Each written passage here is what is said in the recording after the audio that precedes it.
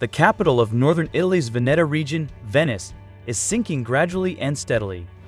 Due to the lack of effective land support systems and the increase in water levels as a result of man-made climate changes, the Venice canals are steadily covering more windows. Although management has designed measures for taking the situation under control, these measures are completely insufficient in terms of combating the rising levels of the Adriatic Sea today. Now, what would be the future of Venice? How Venice plans to save itself from sinking? Let's find out in this video. But before we go any further, make sure to leave a thumbs up and subscribe to our channel so you never miss our daily dose of informational and educational videos. Now let's get started. First, let's look into the history of Venice and the reasons why it is sinking. Venice is a city that sits atop sediments deposited at the ancient mouth of the Po River and is best explored via the use of nearly 400 bridges. Venice is a watery maze of a city full of tiny footpaths and tucked-away squares, centuries-old churches, and hidden museums. The buildings of the ancient city of Venice were supported on timber piles as the population of fishermen moved to the islands in search of protection from the invasion of the Huns and Lombards. Now in the 21st century, it is a big tourist attraction, all thanks to the water canals of the city. Over 1,000 years, the timber piles of the city have been sinking into the lagoon bed, leading to land subsidence at a rate of 2 to 4 centimeters each century. Unfortunately, the extraction of water from the aquifers through artisan wells during the 50s and 60s, along with the rise of the Adriatic Sea levels during the 20th century due to an increase in Mediterranean temperature, have accelerated the sinking of the city. According to the experts, climate change has caused a significant rise in sea levels, so any city, including Venice, built at sea level is particularly vulnerable. So far, the seawater levels have risen between 10 and 25 centimeters, and by the 22nd century, they are expected to rise between 60 and 110 centimeters. Acqua alta, or high water, is a persistent phenomenon throughout the Venetian Lagoon. Over the centuries, the city's leaders, merchants, and residents have dealt with rising sea levels either by raising the entrances to buildings that line the dozens of canals crisscrossing the historic city, or by demolishing old buildings and erecting new ones on higher and impermeable stone foundations. On rare occasions when the city was flooded by storm-driven tides, the inhabitants of Venice simply waited it out, expecting that water to go up and a few hours later to go down, with life being scarcely disturbed. As Venice evolved from a mercantile republic into a living museum, elders of the city preserved historic buildings rather than bulldozing them to make way for new structures just to keep the Venice same, what the world cherishes. As a result, the city is routinely overwhelmed by visitors, while its local population is in a state of continual decline. Venice isn't the only city in the world that suffers from the problem of rising sea levels. Home to around 11 million people, low-lying Jakarta is in such dire straits that it is being replaced as the capital city of Indonesia by an unbuilt city, Nusantara. Every vulnerable city has its different challenges to tackle, but given Venice's small size, fame, and ability to access funding, it could be an ideal proving ground for technologies and approaches that will play a key role in the global fight against the rising sea level. Enjoying the video so far? Then don't forget to like this video and subscribe to the channel for more helpful videos like this one. You'll only get smarter, and it's free. As high tides are well known in the city, how often these water rises occur is a new thing to consider. During its 100 years record, Venice suffered its second worst flooding event in November 2019. This flood created headlines around the world, with onlookers stunned by the incredible images of the city's most iconic and lowest-lying area, St. Mark's Square, covered in water. According to the reports, the tide reached a peak height of 1.87 meters above sea level, resulting in more than 80% of the city being underwater. That year, the state suffered €1 billion worth of damage.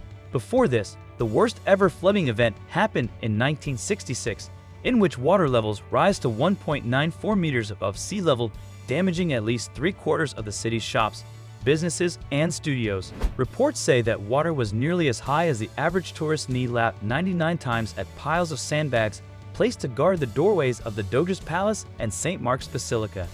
Taking into account the graph of the tides from 1872 to 2020, it is to be expected that future high tides can be much worse than previous ones.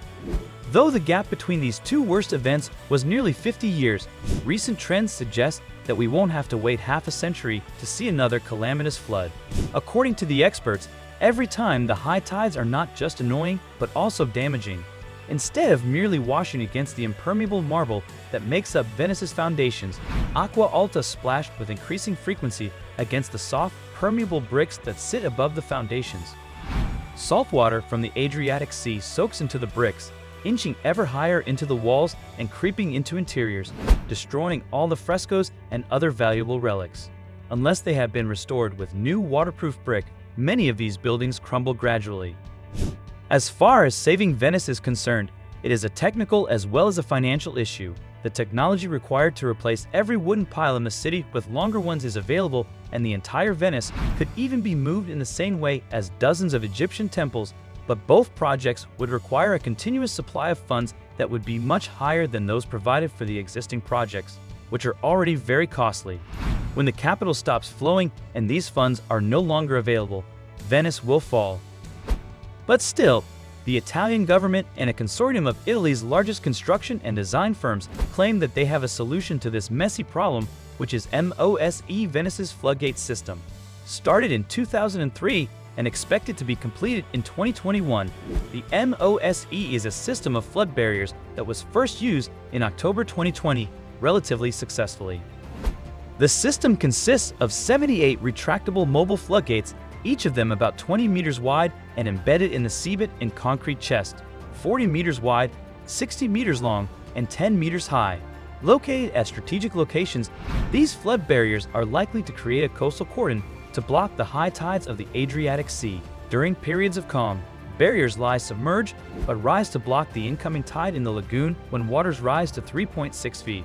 Project MOSE has been the only proposal proffered by engineers, contractors, and consortium scientists since the early 1970s. Initially, in 1989, the project was estimated to cost around 1.6 billion euros, but the cost has gradually increased. The 50 years of the project have been marred by corruption, unlawful financing policies, and tax fraud.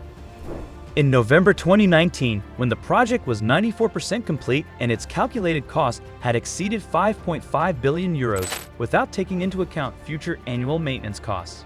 Though the MOSE system may protect the walls of Venice from crumbling, experts think that the project isn't going to help for more than 100 years. According to co-founder and executive director at We Are Here Venice, Jane Da Mosto, a highly impacting, heavily engineered, and what many consider overly complicated solution was adopted for saving Venice. Fabio Carrera, founder of Venice Project Center, also says that closing the gates too frequently will eventually doom the lagoon. If the barrier is raised frequently, sewage could become trapped in the lagoon, which would not only be unpleasant, but could also destroy the ecosystem. Many experts suggest that a construction similar to Delta Project may be able to minimize flood risk in Venice, but it is far from a quick fix. The city needs prompt solutions as the number of visitors is increasing every year. In 2019, around 55 million tourists visited the city, almost equal to tourists headed to Madrid and Moscow, which are far larger in geographical size. During peak days in the summer in Venice, tourists can outnumber locals by a margin of 2 to 1, creating bigger challenges for city officials. Experts agree that Venice's future will be dictated by the decisions made today, so the Italian government should make more reliable decisions. That's all for today. What do you think of Venice's plans of saving itself from sinking? Tell us in the comments. If you enjoyed this video, don't forget to share it with your friends. Also, make sure to check out other videos on our channel as well. Thanks for watching.